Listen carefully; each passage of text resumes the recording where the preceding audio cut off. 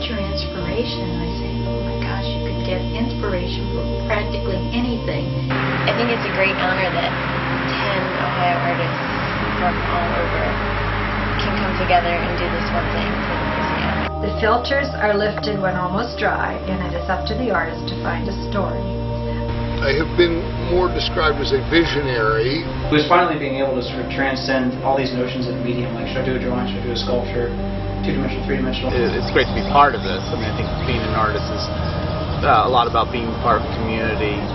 I think it worked naturally the way I normally work because the object was so easy for me to work with. The direction that my work is taking is I've been really thinking for a couple of years now, and this is the first piece in a new direction.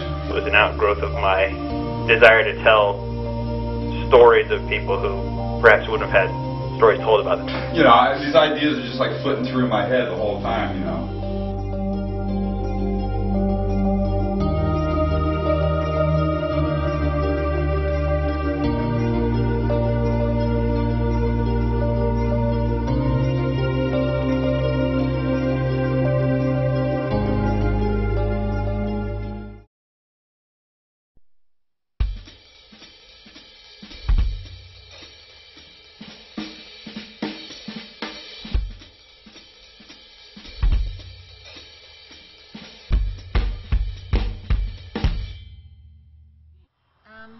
Well, I love dolls, and I've always loved dolls, so that was really nice to know that I got picked to make a doll. I wanted to keep the box idea for the chest, the torso, so that you could open it so it would show inside and outside secret Sonia and more public Sonia, and the rest of it will just sort of be about her skating and filming career with objects that represent those parts. So it happened pretty quick. Well, part of my research was to get some books about her, either from the library or whatever. So I went online and ended up buying them. I bought one that was written by her brother about her life, and then I bought one that was written by herself as an instruction manual on how to ice skate or do all the different moves that a professional ice skater does.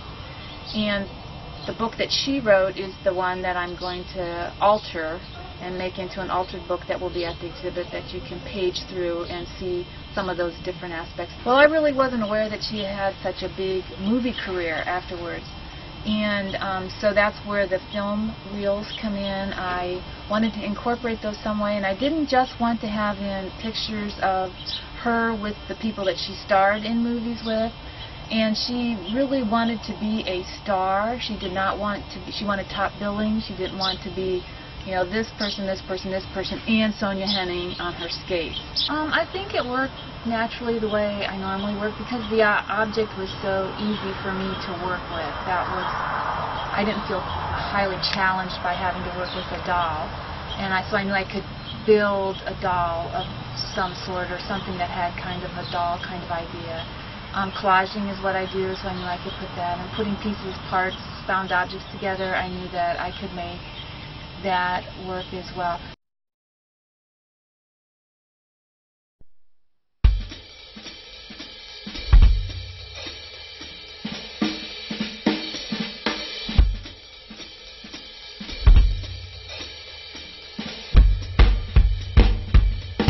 I didn't expect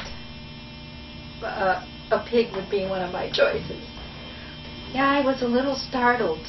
But then, as soon as I saw the pig and started to think about some of the things that we have in the house here, I thought, aha, I can put these things together, and I think I can make something of it. But the pig sort of looks like a sort of a baked potato, and that is not a very exciting shape. But actually, I've had fun. Well, it's trying to achieve contrast, but also have exciting color. And sometimes when you do something that's a mirror image, it tends to make it very static, you know, very stable. That is one of my challenges is to create some movement. The circular or the curved line is what helps make that. It's transmogrification. It's using an image in a totally different way. It's the dumpsters. I love dumpsters. I look at all the patterns on the dumpsters. They're like my paints. You know, once I've taken a picture of a dumpster or a door, like a doorway here, it stimulates my imagination, and I say, how can I use that in a totally different way? But that's just a 4x6 photograph. All of these are on transfers. This one, it's some sort of farm machinery that I love the texture of it, and that's, you know. I'm going to put this handle down. Remember, it's heat and pressure. When I lift this up, I peel off the back, and the image is on the fabric. Ohio is just so full of the quilt world. And I think being so close to that has inspired me, has pushed me on to continue to work in the fabrics.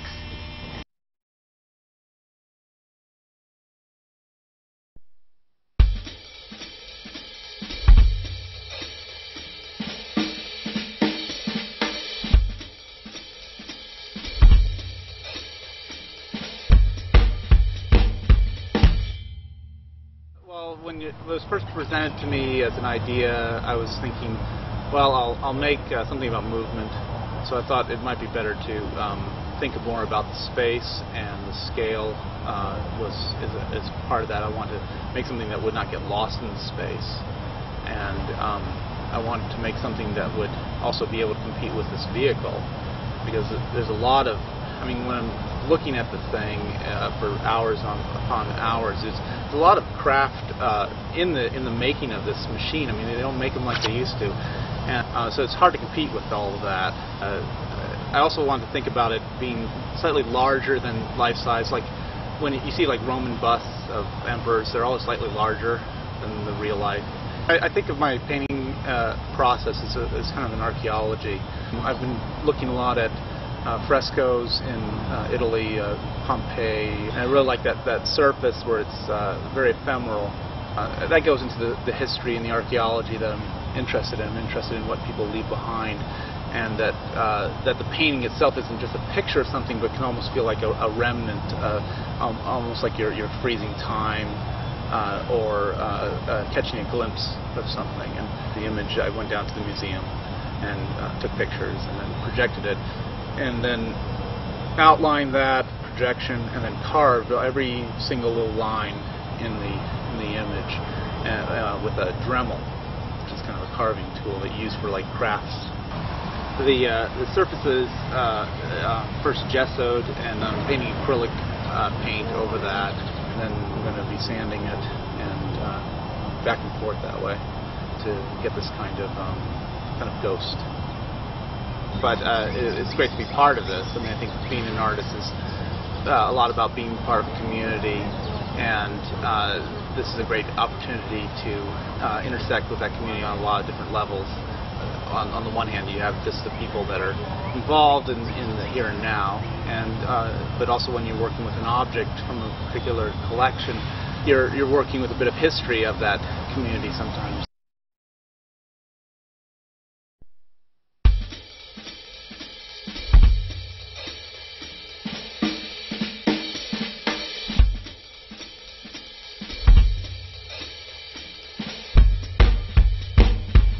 Well, I kept a journal for you as I worked on my quilt adaptation. It's the interpretation of an 1847 hand-painted chintz quilt, and I called mine Not Your Grandmother's Quilt. When I began my quilt adaptation project, I knew I wanted to journal my thoughts and handwrite them for the zen of the experience. I was in awe of the actual quilt, the handiwork, and the very preservation of the piece. However, I knew it would not be mine if I copied or transferred. I work by intuition. I call it my inner voice. So I do not make preliminary sketches. I say to my paper, surprise me. My trademark has rather become the paintings I create with a process I call the pour. Watercolor paint is mixed thinly with water in plastic cups and poured through different filters, wrapping tissue, coffee filters, onto watercolor paper. The filters are lifted when almost dry, and it is up to the artist to find a story. I began the quilt pattern with the circle on the top right. This is an interpretation of the pattern brought to America by the early settlers, called Grandmother's Flower Garden. My mother crocheted, and I have some scrap pieces that were not made into anything. The center of that circle is one such crocheted piece. Usually made with hexagons, my quilt is made of watercolor chips. I move down the page and to the left create a common pattern, Grandmother's Fan. The repetition was deliberate, as was the second circle. A painting hangs together, gives the eye comfort with repetition. A painting needs to dance around a page and entertain you every step of the way. I will not allow you a brief look and a passing nod. I say, look at me. The last piece, the dominant circle, lower left, is a variation of the Joseph Coat pattern, but with the variation of a collage center cut from the lace tablecloth. It was a joy to spend time with the concept of quilts, what began as a miserly saving of bits of fabric to a labor of woman's love. May this need of expression live forever.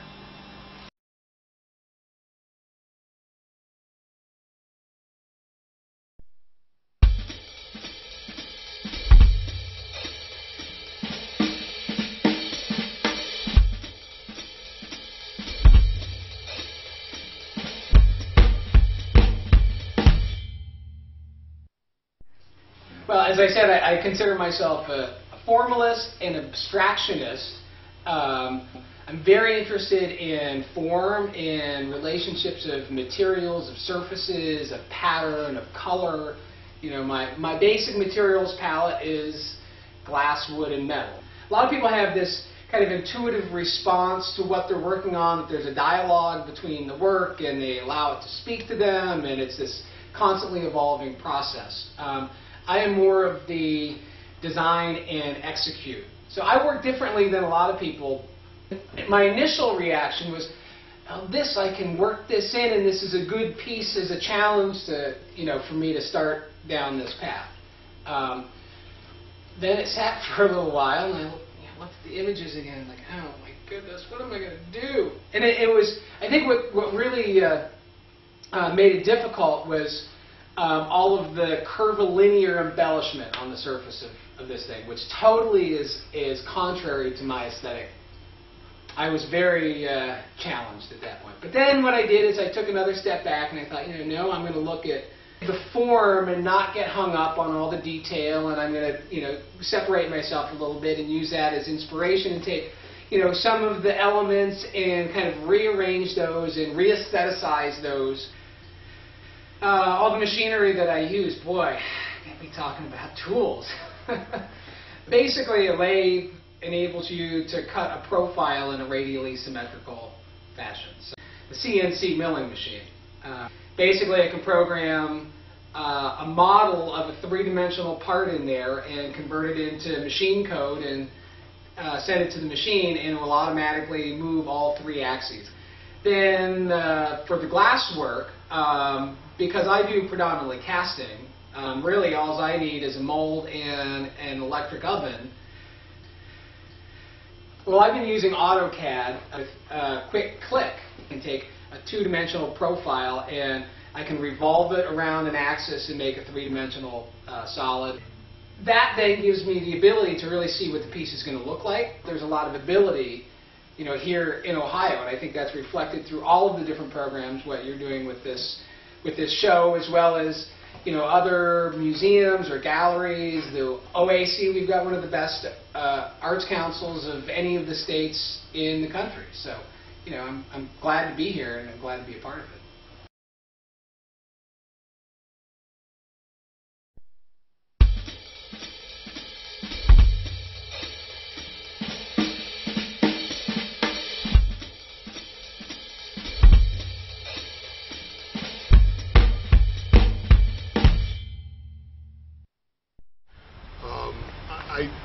I have been more described as a visionary. Some people might describe me as a person who is permanently hallucinating, but nonetheless, the idea of a visionary is that some people just see a stone. I might see 3 different shapes in that stone. So it's all about being observant as I'm walking through whatever environment I'm in. In this particular case, the Massillon Museum has set the parameters, the box under which I am supposed to think inside of. That box is my subject matter is to adapt the idea of a Russell steam engine into something that people who live in Massillon can relate to. Where it took me probably 2 or 3 or 4 weeks to visualize what would work in Massillon as opposed to in Akron or Cleveland. And in today's world, Massillon is probably more noted for football than anything else. Take today's philosophical mindset of football and you say, well, here's some shapes that relate, and wow, I could turn a cylinder into a football real easily, and then it went from there. I don't know how far I'll take the football shape. I know the main cylinder will be a football, the 2 smokestacks will be footballs. The wheels I haven't quite figured out. Who knows where it'll end up. I might get halfway cut through this and find in my travels a much better, bigger tank and just change horses midstream. I've been known to do stuff like that. Is anything anybody throws away is fair game. In this particular case, I was looking for something to make into a football. That's when I ran into this water tank. I said, that starts it. Before I got to the football, I kept saying to myself, how can I turn this thing into a bug? Which still, even the football has possibilities of a bug, so that might morph as it goes. The word fun and work are almost synonymous to me. What most people consider backbreaking labor is fun to me. The fun is always in the learning either of a new process or the coming together of many pieces into the whole piece.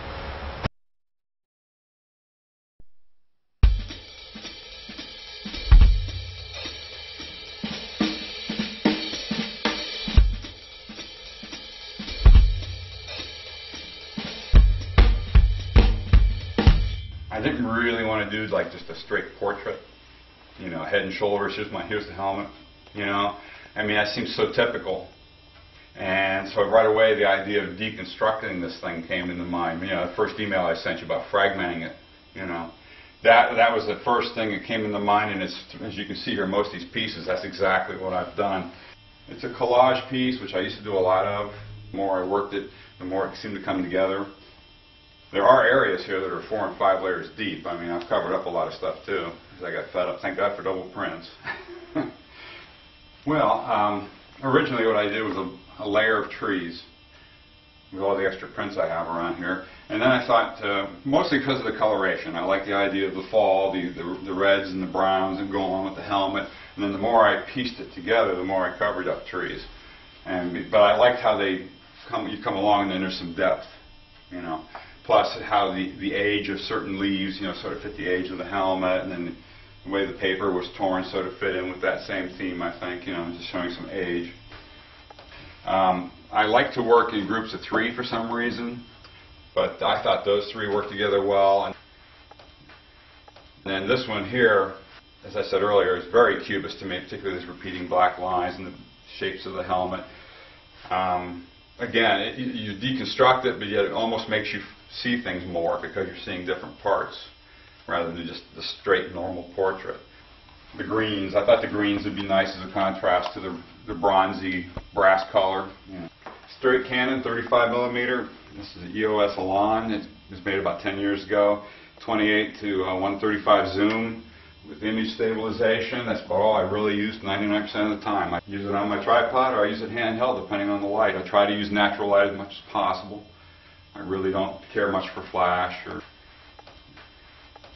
I got to meet the grandson of Everett Weston. His only advice is do it for yourself. Don't worry about them.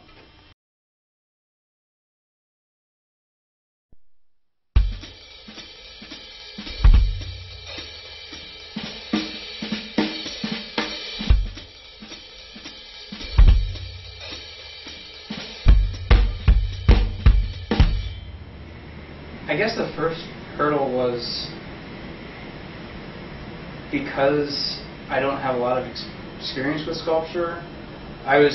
For a while, I was looking at this Indian as an artwork and not thinking of it in terms of a relic. So initially, I was just taken aback all by the sculpture of it all. That's the other part of the creative process for me, is it's not actually doing anything it's kind of letting things simmer for about 3 weeks and not actually doing anything with it. And because again, I was still thinking too much in terms of the medium. Like using tobacco leaves, because it'd be like this symbolic material that would, but having no idea to like literally graft that on. So once I got all over that, it was finally being able to sort of transcend all these notions of medium, like should I do a drawing, should I do a sculpture, 2-dimensional, 3-dimensional, and just thinking, what was the cigar stir Indian about? What does it represent? And what's the historical significance of it? And I guess I just felt that it seemed true to the original artifact to work 3-dimensionally. I finally came across the idea of doing a diorama when I started thinking about the interesting kind of dichotomy that was of the cigar stir Indian, where you had this very sincere figure of pre-settler North America used pretty much for advertising purposes. But basically, it was the diorama will like visually isolate those elements of the commercial intents and sort of the Native American identity that's behind it.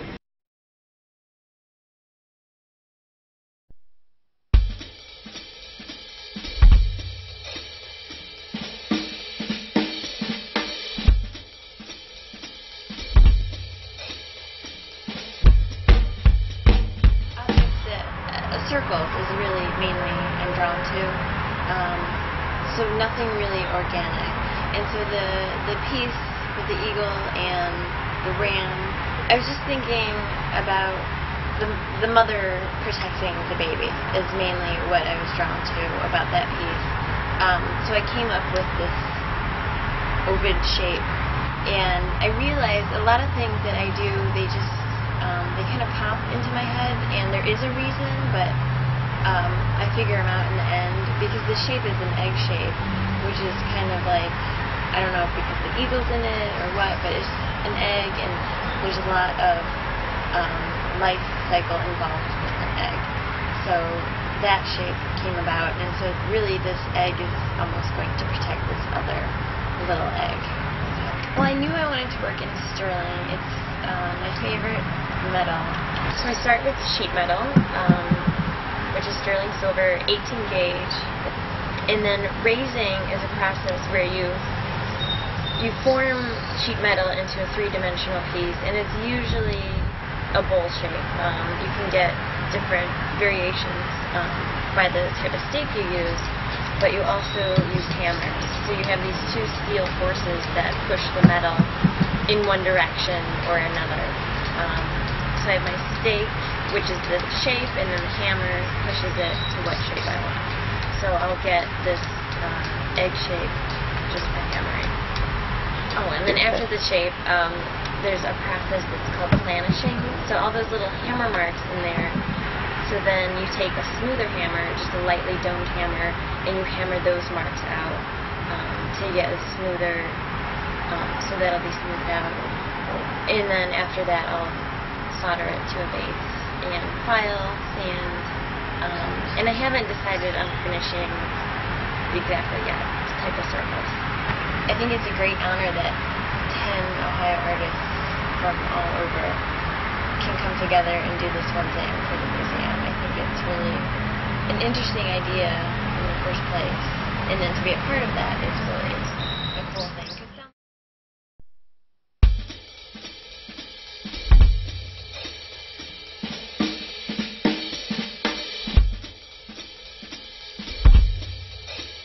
When I first got to painting, very much struck by it. The graphical quality, the clouds coming in, this giant dead tree in the middle, and then the dying leaves everywhere else. We've got the car coming very fast, quote, around this bend, and then the fact that the woman in the car is the only individual that has any kind of color attached to her, really, any kind of vibrant color, and that you cannot see this man.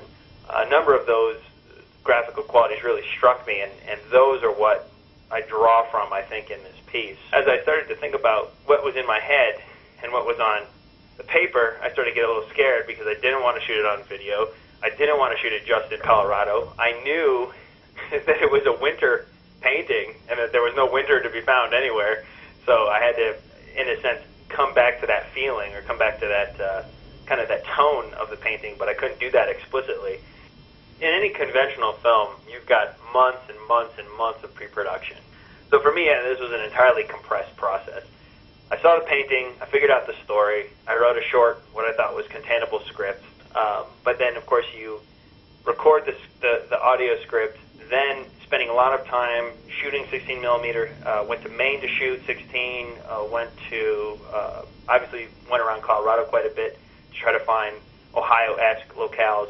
I think the total budget of the piece from beginning to end, $4,000, but I'm very, very proud of it. The great thing about film, well, any kind of artistic enterprise in general, is that the audience never knows all the work that went into it. What's neat about it is if people can engage with it, they'll want to watch it again, and they'll want to think about what the woman says, but they'll also want to look at the images to see what kind of parallels or what kind of connections they can receive. But it is a trying and challenging piece, and it was certainly a little scary for me while I was writing it. I hope you like it, and if you don't like it, I hope you appreciate it.